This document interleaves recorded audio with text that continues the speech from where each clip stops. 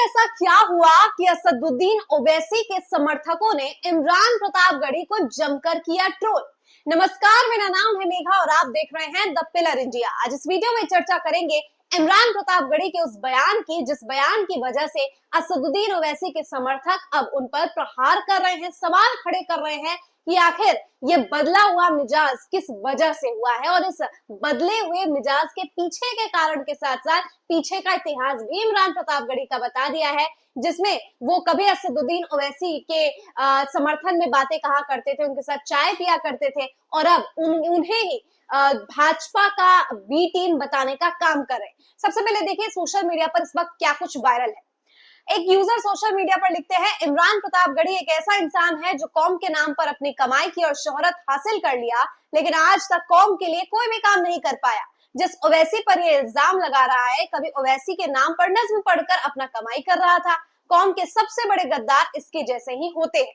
इसके बाद एक सोशल मीडिया यूजर लिखते हैं, इमरान प्रतापगढ़ी पिछले 15 सालों से मुसलमानों को मदरसा यूनिवर्सिटी के नाम पर बेवकूफ बना रहा है, झूठ बोल रहा है, क्राउड फंडिंग कर रहा है। अब भी इसकी तमाम पोस्ट्स और बयानियां मौजूद है। मुरादाबाद से इलेक्शन लड़ा, अवाम जमानत जब्त कर दी, कभी ओवैसी भाइयों के लिए स्टेज से कसीदा पढ़ा करता था।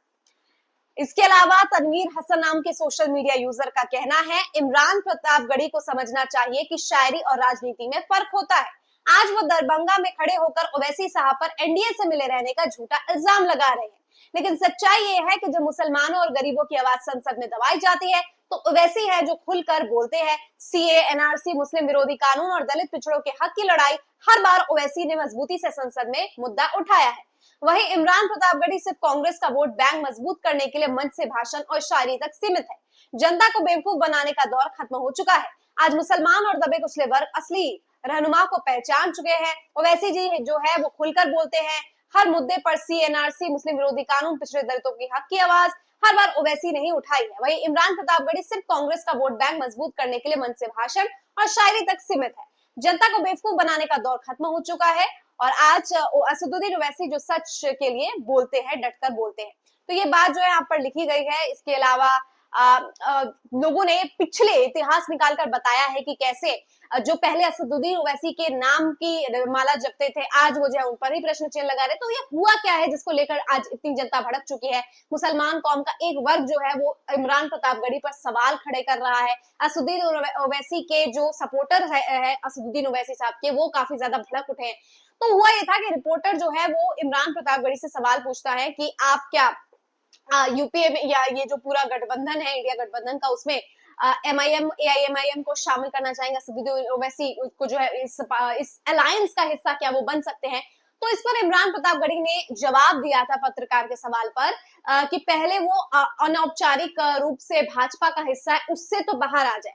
यानी एक तरीके से साफ तौर पर इमरान प्रतापगढ़ी ने असदुद्दीन ओवैसी पर निशाना साधते हुए उन्हें भाजपा से अनौपचारिक तौर पर गठबंधन का हिस्सा बताया। यानी भाजपा और एमआईएम एक गठबंधन है जो ऑफिशियल नहीं है। यानी ओवैसी जो है वो एनडीए के लिए, बीजेपी के लिए काम करते हैं। ये आरोप जो है इमरान प्रतापगढ़ी के द्वारा लगाया गया। तो इस पूरे मुद्दे को लेकर अब सोशल मीडिया पर दो गुटों में बहस छिड़ चुकी है। लोग पुरानी चीजें उठा रहे हैं। शायरियों में किस तरीके से तारीफ की जाती थी असदुद्दीन ओवैसी के साथ, तस्वीरें आप देख सकते हैं। कभी किसी ने लिखा है, सलमान प्रतापगढ़ी ने, आप जैसे बिरयानी कोरमा प्लस 10,000 1 लाख रुपए में साल भर का ट्वीट का टेंडर लेने वाले बाबू के लिए तस्वीर जरूरी है। ये भी उसी जगह की तस्वीरें हैं, तस्वीरें खींची जा रही हैं।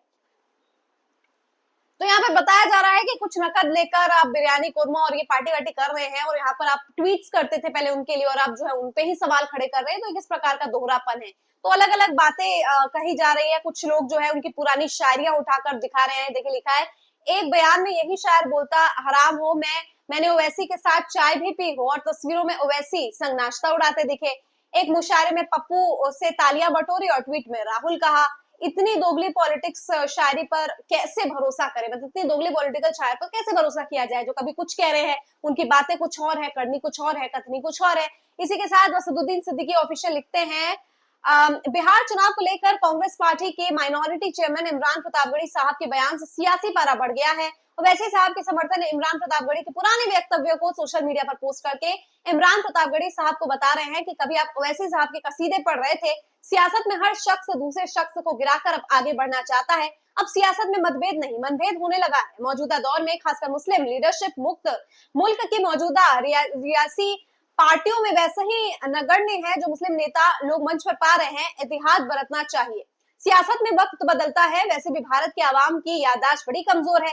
फिर भी इंडिया गठबंधन अगर ओवैसी साहब को अपने गठबंधन में नहीं शामिल करना चाहते हैं तो न शामिल करे, मगर उनके खिलाफ ऐसी बयानबाजी न करे जिससे इंडिया गठबंधन को नुकसान हो सकता है, क्योंकि ओवैसी साहब ने ऑपरेशन सिंदूर के बाद मुस्लिम मतदाताओं में अच्छी पैठ बना रखी है। सियासत पर लिखने से परहेज करता हूं, क्योंकि सियासत